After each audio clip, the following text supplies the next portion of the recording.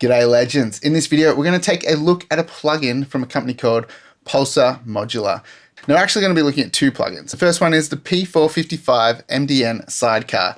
And then the second one we're going to take a look at is the P450 MDN EQ. So just by looking at these, you can see what these are kind of modeled after. We've got like an API EQ over here, and then we've got an API Sidecar summing station over here. Now, before we dive into all the details and what you can do with these two plugins, I'm just going to quickly show you how I've used this on a master that I worked on very recently. I'm going to turn it off and on to show you just how much life this is adding to the master.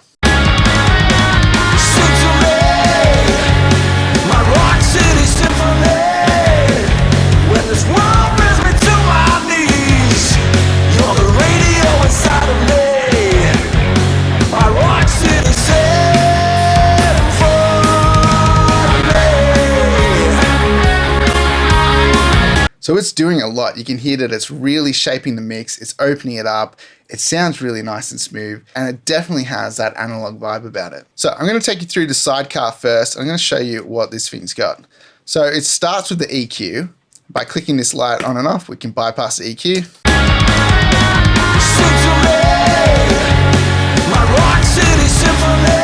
And then we have filters on the side here. So these are set high pass and low pass filters. Clicking them on and off engages them.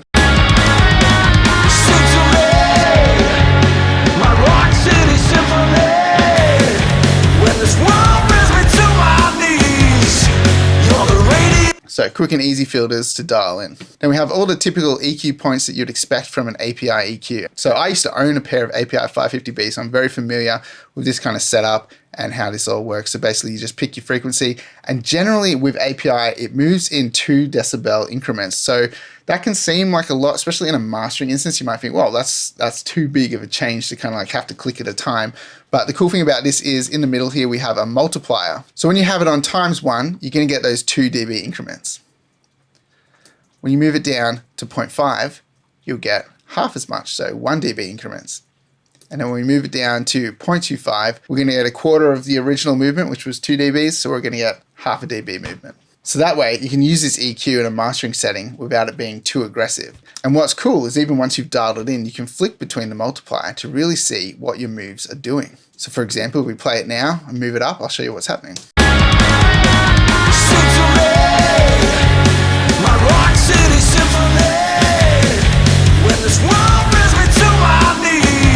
So pretty cool. And you can hear as we move up, it doesn't sound bad. It actually starts to sound pretty cool, but it does change the mix a lot. And in mastering, it's not really our goal to dramatically change the mix. It only needed a little bit of carving here and there to get it to sound nice and sweet. So that's why I've kept it on the 0.25. I think originally when I mastered it, I had it on half, and then I felt like maybe this is a bit much, and I pulled that back and I was like, yeah, that's the sweet spot. So it's a really great feature to be able to do that. You can dial in a sound, but then maybe you go, oh, maybe I pushed it too far. You can just pull that back and get a less amount. So you also have a volume trim here, so if you need to pull back or add a bit of extra volume after doing EQ to get a good level match, you can do that there. On your low and your high band, you can switch between a bell or a shelf, so giving you a few more options for getting creative with your EQ. And that's a similar thing that you'd expect on the API EQ. Let's have a listen to what it sounds like when we kind of push this up a bit. So we're going to put it back to 1 and go through some EQ bands here.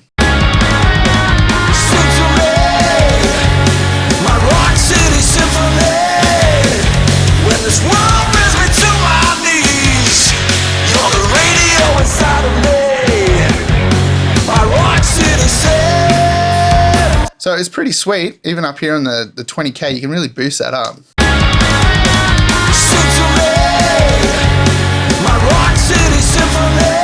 It doesn't really sound harsh at all. It's pretty cool.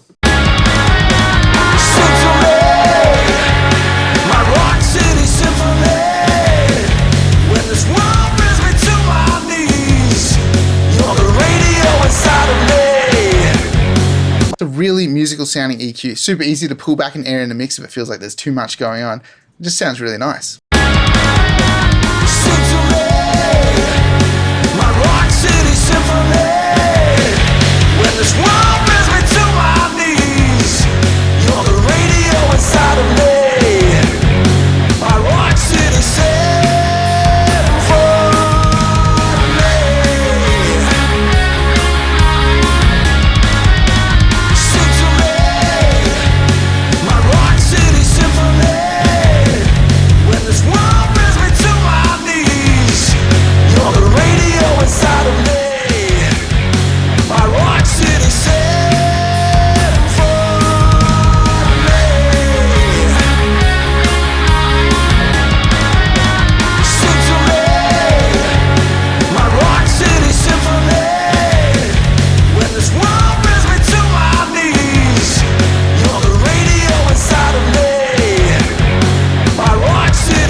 So super easy to dial in a nice sounding EQ. Another cool feature of this plugin is if you hold down Command and Option, if you're a Mac user, drag your mouse over the EQ points, it actually bypasses them.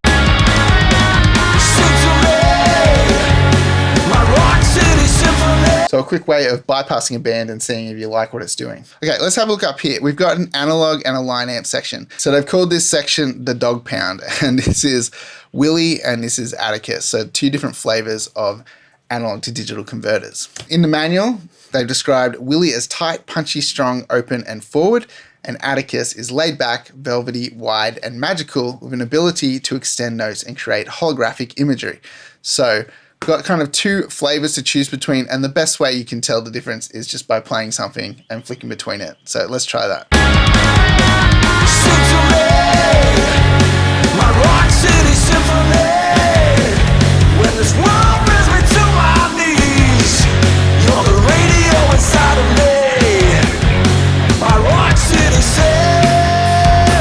So I can definitely feel that Willie is a bit punchier and sort of like a bit more focused sounding, and Atticus definitely sounds a little bit smoother, a little bit more open sounding. So depending on what you're going for, this kind of gives you two flavors there. If you want that punch and focus, Willie's pretty cool. If you want to open things up a bit, Atticus sounds great. Then we have the line amp. This again is another stage of saturation. So the line amp is based on a color box that includes things like tubes, transformers, and inductors to add a lot of color and saturation to your sound. So let's flick this on and off and see what it adds to the signal.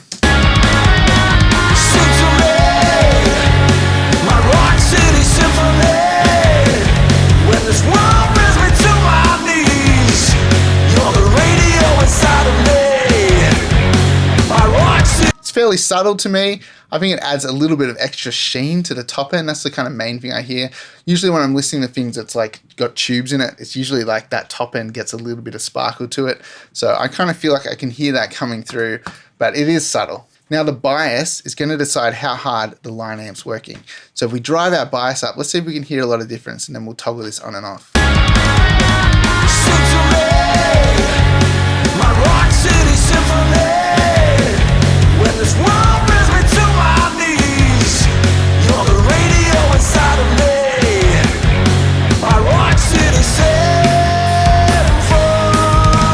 Kind of subtle, but I do hear a little bit of extra sparkle on the top end as we drive the line amp. Now the input, if we push this up, we drive the input transformer. So we can kind of clamp down on the headroom, or if we pull it back in the opposite direction, we can make the mix sound a bit more open. While I change the input volume, I'm going to hold down Shift on the keyboard. That's going to compensate the output volume so that we always keep a unity level and we don't get any extra loudness.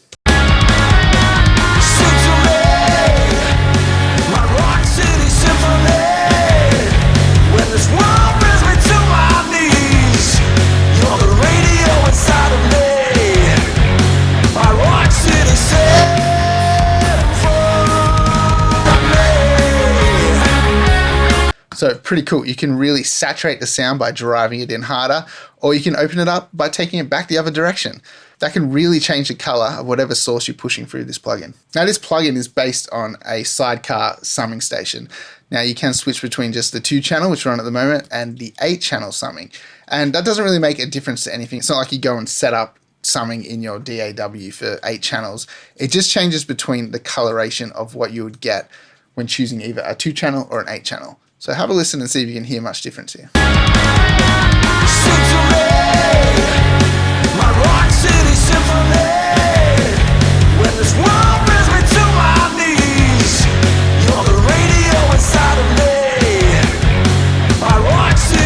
It's a pretty big difference. The 8-channel sounds pretty nice actually. That's pretty cool.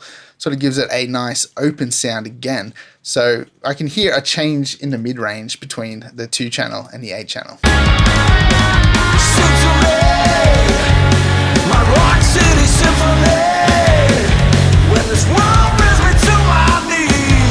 It's in the low mids. You can hear on the 2-channel, there's a little bit more low mids kind of push. And then when you go to the 8-channel, sort of just scoops it out a tiny little bit and makes it sound a bit more open. Great, quick and easy way of sort of slightly changing the tone of your mix. So if you're wondering about the signal flow of the Sidecar, it starts with the EQ and then it goes to the input transformer. So how we're pushing this up and getting some saturation, that's the next step. And then we move to our compressor and then the analog section. Okay, and the last thing we've got to look at is our compressor section down the bottom here.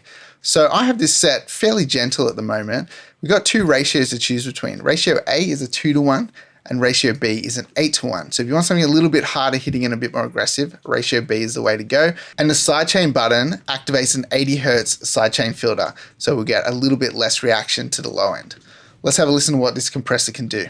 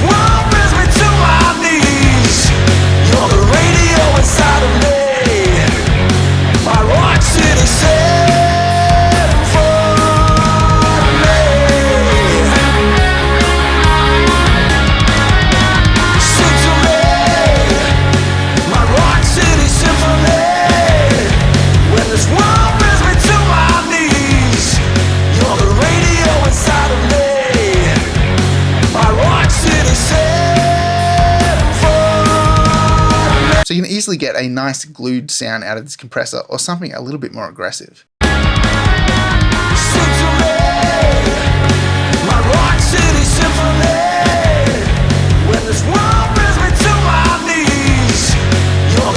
That really sounds great on the mix bus. So that sounds awesome. That's just a couple of minutes of playing around and we've easily been able to sweeten up this mix.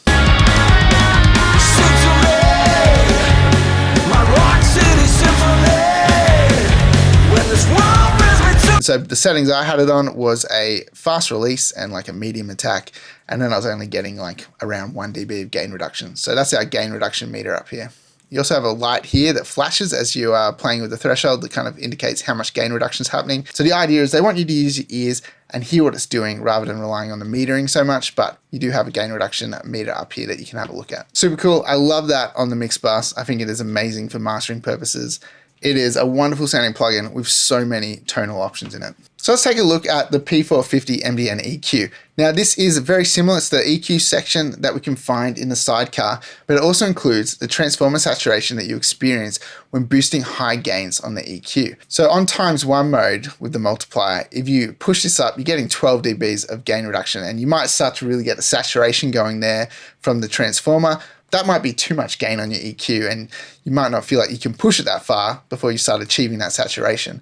Whereas you can bring it down in the multiplier and still achieve the same amount of saturation, but with less EQ. You'd only be getting around 3 dBs of boosted gain on the EQ, but you'd be achieving the same amount of saturation as if it was on a ×1. So that's a cool trick that they've implemented in the plugin, so you can still get those saturation levels but not have to boost the EQ quite as hard. So this is a stem master, by the way. So I'm just going to put this on the drum kit and let's have a little play around with it. See if we can demonstrate that saturation.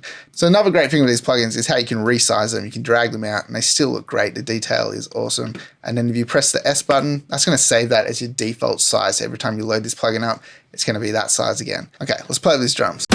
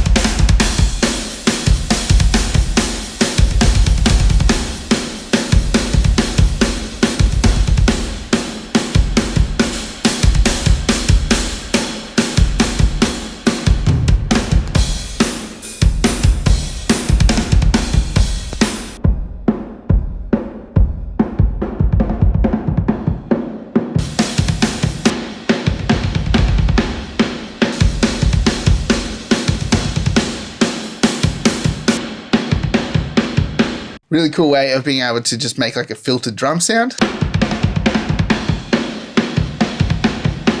That sounds awesome.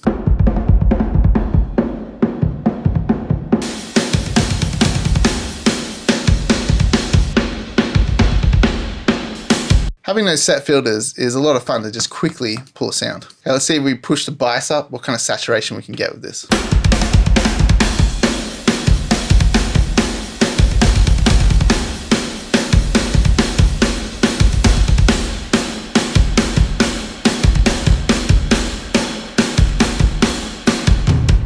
So you can hear it gets a little bit crunchier as you push it up.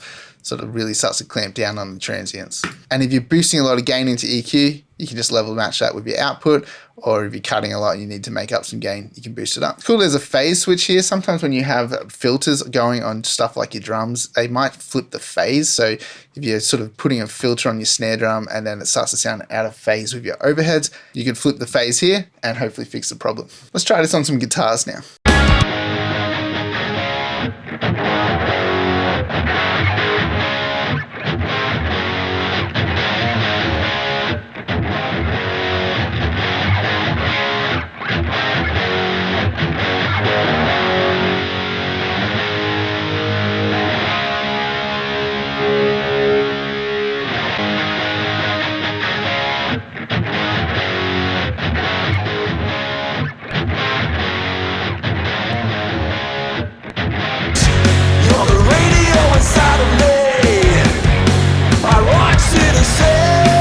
Sounds pretty cool.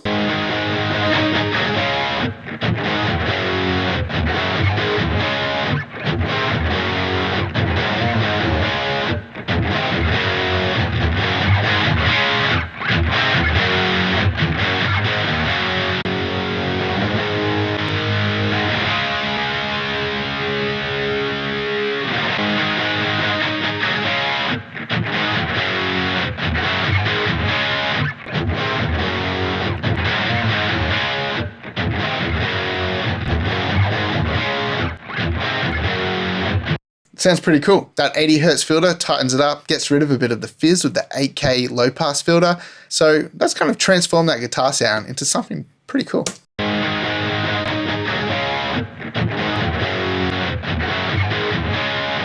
It's actually made it sound pretty tight. That sounds great. And I've always loved the sound of like API style EQs on electric guitars and drums. I think it just works so good on those.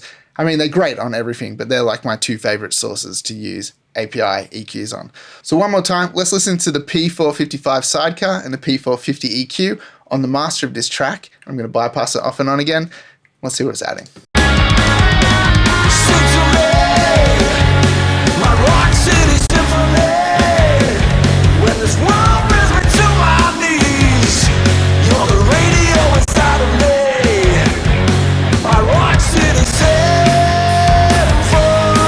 Just opening the mix up in a really nice and pleasing way. So really great plugin, high quality sound, awesome on the mix bus, awesome on drums, awesome on guitars. It's a solid plugin, both of them. So really great EQ and a really nice sort of summing station of all the things you need on a master bus. If you guys want to check this plugin out for yourself, check out the description link below. There will be a link to Pulsar Modular's website and you can go have a look and check it out for yourselves. If you guys enjoyed this video, make sure you hit that like button and subscribe to the channel. If you guys want to support this channel, there's a couple of ways you can do it using any of the affiliate links below. If you do your shopping online at Sweetwater, buying your gear through that link doesn't cost you anything extra, but a small kickback or commission comes to the channel, and that is a massive support. Using any of the affiliate links below, it's the same deal.